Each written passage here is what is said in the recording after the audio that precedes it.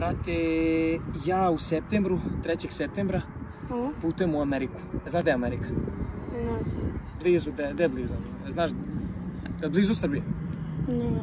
Znači, Amerika, brate, treba mi avionom. Skroz drugi kontinent. Da, treba mi sigurno jedno 20 sati da putem avionom. Skupljam sad ću da stavim donation goal za Ameriku, bla bla bla. I skupljam i 3. septembra selim se na 3 godine, brate. Šta? Mogu stavno?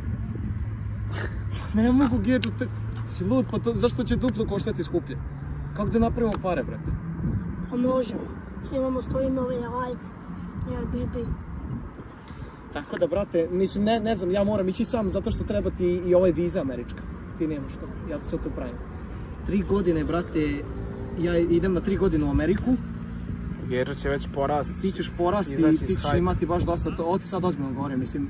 Prvo sam razmišljao, ljudi su mi pisali nemoj da ideš, brate, šta će Gedža raditi, šta će tvoj kevećale, šta deće ovo, deće ono, razumeš?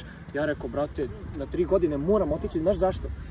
Tamo imam jedan posao, preko kompjutera, nešto igram igrice, zarađujem, plaćaju mi. Razumeš, što ne bi iskoristio, brate? 3 godine, ali znaš šta je, mislim i ovo je možda malo iskreno, sorry bro, ali... Ne možeš ti ideš. Što? Ne dam ti ja. Moram, brate. Ne možeš. Moram, brate. Ne možeš. Gedžo, ja već sad ću da skupljam pare i idem. Gedžo, slušaj, još šta sam ti to reći. 3 godine i jako teško da se čujem, zato što ja ću imati drugu karticu.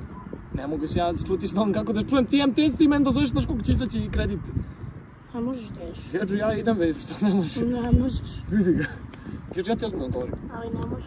Ne, vi morate se pozdraviti i Da završite prijateljstvo. Slušaj, mi ćemo ovih danas, nije završavanje s prijateljstva, nemoj da se ljutiš. Mi ćemo ovih, znači sutra, prekosutra, naksutra snimamo. Posle toga idem na more ovako da chillam i onda idem u Ameriku. Tek u septembru, to je za mjesec dana. Znači, brate, šta da ti kažem, Ne možeš. Šta ne mogu, bato, ja moram.